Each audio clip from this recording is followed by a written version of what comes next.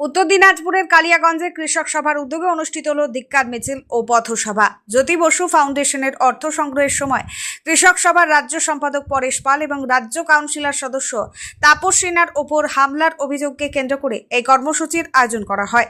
মঙ্গলবার বিকেলে কালিয়াগঞ্জের সুকান্ত মোড় থেকে কৃষক সভার থানা কমিটির ব্যানারে ধিক্কার মিছিল শুরু হয়। শহরের মেন রোড পরিক্রমা করে মিছিলটি কালিয়াগঞ্জ রেল স্টেশনের সামনে পৌঁছায়। সেখানে আয়োজিত পথসভায় নেতৃত্বরা ঘটনার তীব্র নিন্দা জানান এবং দোষীদের বিরুদ্ধে দ্রুত ও কঠোর আইনি পদক্ষেপের দাবি তোলেন।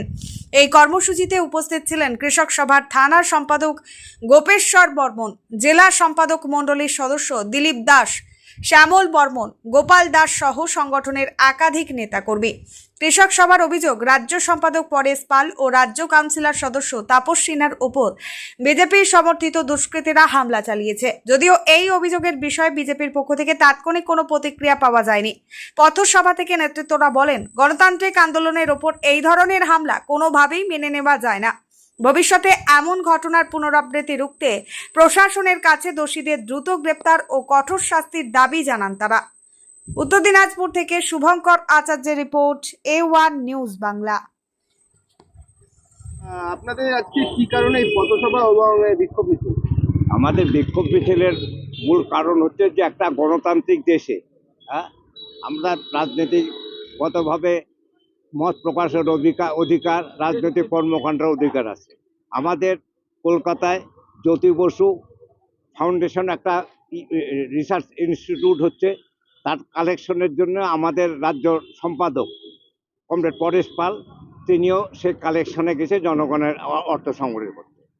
সেখানে দেখছি যে সেখানে অর্থ সংগ্রহ করা যাবে না, বামপন্থীদের আন্দোলন করা যাবে না, কোনো অর্থ সংগ্রহ করা যাবে না বলে বিজেপি, আজকে যারা বিজেপি, আগে যারা হচ্ছে টিএমসি ছিল তারাই রূপান্তরিত হয়ে বিজেপি, তারাই আসছে শারীরিকভাবে আক্রমণ করছে। এটা গণতান্ত্রিক পরিবেশকে নষ্ট করার জন্য, অধিকারটাকে নষ্ট করবার জন্য।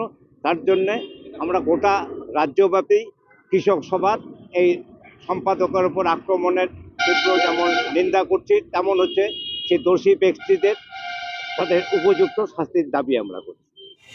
আমার নাম দিলীপ দাস, আমি হচ্ছে জেলা কৃষক সমিতির ভাইস প্রেসিডেন্ট। দেখলাম আমরা আজকে পথসভা করলেন, কেন, কি কারণে? আমাদের পথসভা করতে হচ্ছে যে তাৎক্ষণিকভাবে কতগুলি কর্মসূচি নিতে হয়। তাৎক্ষণিকভাবে হঠাৎ দেখা গেল যে আমরা দেখলাম যে একটা সরকার পরিবর্তন হলো, যে সরকারের মুখ্যমন্ত্রী বললেন যে গণতান্ত্রিক পরিবেশ হবে, এখানে কোনো জুলুমবাজি চলবে না, এখানে কোনো গুন্ডাবাজি চলবে না, হামলা চলবে না। সেই 15 বছরের অভিজ্ঞতা, যে অভিজ্ঞতায় মানুষ টিকতে বিরক্ত হয়ে সেটাকে মনে করতে যে ওটা একটা আপদ সরকার ছিল। আমরা অভিজ্ঞতায় বলছি এখন যে ওটা একটা আপদ সরকার থাকলেও আমরা দেখছি বর্তমান সরকার একটা বিপদ, জনগণের কাছে বিপদ। কারণ আমরা দেখছি যে আমাদের জ্যোতি বসু রিসার্চ সেন্টার, সেখানে আমরা অর্থ কালেকশন করে আমরা সেই রিসার্চ সেন্টারটা গঠন করব। আমাদের কৃষক সভাগতভাবে দায়িত্ব ছিল যে অর্থ সংগ্রহ করে জ্যোতি বসুর রিসার্চ সেন্টারকে সাহায্য করা। তারই কর্মসূচি ছিল আমাদের রাজ্য নেতৃত্বরা, তারা কলকাতার বুকে তারা কালেকশন করছিল, অর্থ সংগ্রহ করছিল যে জ্যোতি বসু ফাউন্ডেশনের জন্য। দেখা গেল যে তথাকথিত বিজেপি তারা এসে বলল যে না, এখানে কোনো বাম আন্দোলন চলবে না, বামপন্থীদের ঝান্ডা এলাও হবে না, বামপন্থীরা চলবে বলে শারীরিকভাবে নির্যাতন করবে। তাহলে এটা হচ্ছে একটা গণতান্ত্রিক পরিবেশ, যে জন্য আমরা বলছি একটা আপদ গেল, কিন্তু এই 5 বছর আমাদের গণতন্ত্রের বিপদ আসছে আমাদের সামনে। এর বিরুদ্ধেই এটা আমাদের সংগঠিত হয়, তাৎক্ষণিকভাবে এই কর্মসূচিগুলি নিতে হয়। আপনারা কোথা থেকে কোথায় পথসভা করলেন? আমরা সুকান্ত মোড় থেকে স্টেশন মোড় করছি।